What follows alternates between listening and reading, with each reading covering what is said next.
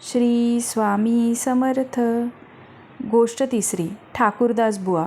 मुंबईस ठाकूरद्वार नावाचे देवस्थान प्रसिद्ध आहे. या देवाच्या सभामंडपात उजव्या बाजूस छोटेसे देऊळ बांधले असून त्यात स्वामी महाराजांचा फोटो व पादुका स्थापन केल्या आहेत. नित्यपूजन, आरती वगैरे व गुरुवारी पालखी समारंभ होत असतो. हे संस्थान श्री कृष्णबुवा उर्फ ठाकूरदास बुवा यांनी स्थापन केले. त्यास 20-25 वर्ष झाली. ठाकूरदास बुवा हे लहानपणापासून दत्त उपासक होते. नरसोबाची वाडी, गाणगापूर वगैरे ठिकाणी जाऊन दत्ताची सेवा करण्याची त्यास फार हौस होती. ठाकूरदास बुवा हे कीर्तन फार उत्तम करीत असत. पुढे काही वर्षांनी बुवांच्या अंगावर प्रारब्ध योगाने श्वेतकुष्ठ उत्पन्न झाले. तोंडावर पांढरेपणा येऊन चेहराही विकृत दिसू लागला. बुवा विद्वान सर्वसामान्य असून या रोगाचे योगाने त्यांस मरणाप्राय दुःख झाले. 20 वर्ष तो पावं अनेक उपाय केले, पण कुष्ठ कमी होईना. यामुळे चित्त उदास होऊन ठाकूरदास बुवांनी निश्चय केला की यापुढे स्वजनास तोंड दाखविणे चांगले नाही. याकरिता काशी क्षेत्री कुटुंबास सुद्धा जाऊन वास करावा. त्याप्रमाणे तयारी करून आपले आवडते गाणगापूरचे पादुकांची अखेरची भेट घेण्यास गाणगापुरास आले. श्रींचे पादुकांवर कस्तुरी अर्पण करण्याचे हेतूने उत्तम कस्तुरी त्यांनी बरोबर आणली होती. दर्शन घेऊन पादुकांची यथासांग पूजा केली. मात्र कस्तुरी अर्पण करण्याचा त्यास विसर पडला. मग बुवांनी ब्राह्मण भोजन करून त्या दिवशी मंदिरात उत्तम प्रकारचे कीर्तन केले व काशीस जाण्याबद्दल श्रींची आज्ञा मागितली. त्याच रात्री बुवास दृष्टांत झाला की अक्कलकोटात जाऊन श्री स्वामी समर्थ यांचे दर्शन घ्यावे, म्हणजे रोगापासून मुक्त होशील. बुवा प्रातःकाळी जागे झाले. तो रात्रीचे दृष्टांताचे स्मरण झाले. स्नान संध्यादनी नित्यकर्म सारून पादुकांचे दर्शन घेऊन बुवांनी अक्कलकोटचा रस्ता धरला. तिसरे दिवशी बुवा अक्कलकोटास पोचले.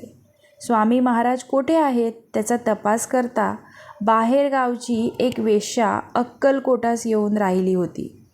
तिचे घरी महाराज आहेत असे कळले. बुवा लगबगीने दर्शनास निघाले. श्री स्वामींचे चरणी मस्तक ठेवून बुवांनी दर्शन घेतले. महाराज बुवांकडे पाहून म्हणाले, हमारी कस्तुरी अभी का अभी लाव. ठाकूरदास बुवास आपण पादुकांवर अर्पण करण्यास कस्तुरी आणली होती त्याचे स्मरण झाले आणि श्री स्वामी महाराजांनी त्याची आठवण करून दिली.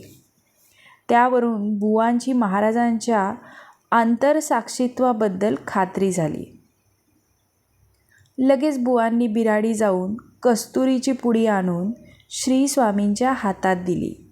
महाराजांनी हास्य करून ती कस्तुरी तेथे लहान मुले जमली होती त्यास वाटून टाकली.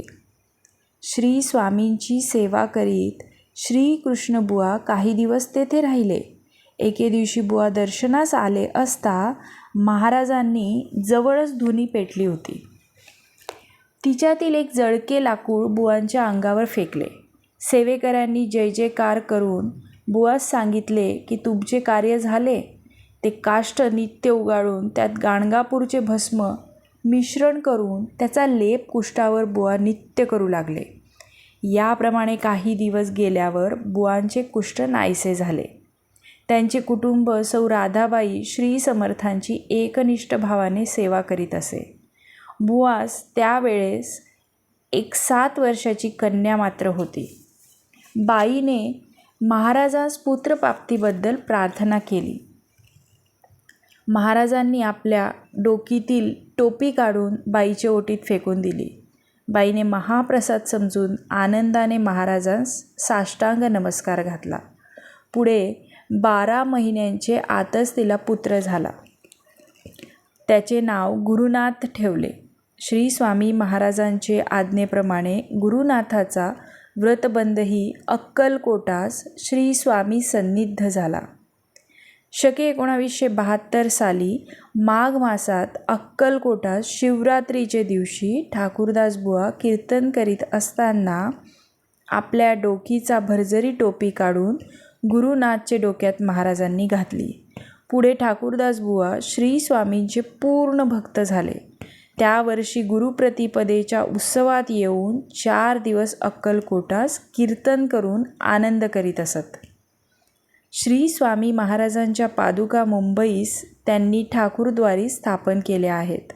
ठाकूरदास बुवा हल्ली कैलासवासी आहेत, पण गुरुनाथ बुवा ठाकूरद्वारी श्री समर्थांचे भजन पूजन भक्ती पुरस्सर करीत असतात. ठाकूरदास बुवांचा कुष्ठी परिहार झाल्यावर ते हमेशा अक्कलकोटास येऊन श्रींजवळ कीर्तन व पूजन करीत असत. एके दिवशी बुवांच्या मनात आले की श्री स्वामींपासून आपणास गुरुपदेश मिळावा. असे मनात येताच महाराज फार रागावून म्हणू लागले की हमको काय को सताता है, हम पंतोजी पण नहीं करता, गाठ के गुरु बाट के चले, हम करते नहीं देखे. पुढचे वर्षी बुवांनी निर्धार केला की मरण आले तरी पुरवले, पण श्री स्वामी समर्थांचा अनुग्रह घेतल्या वाचून राहावयाचे नाही. असा निर्धार करून महाराजांसमोर बुवा उभे राहिले. तेव्हा महाराज म्हणाले, निकल जाओ, जूता मारेंगे.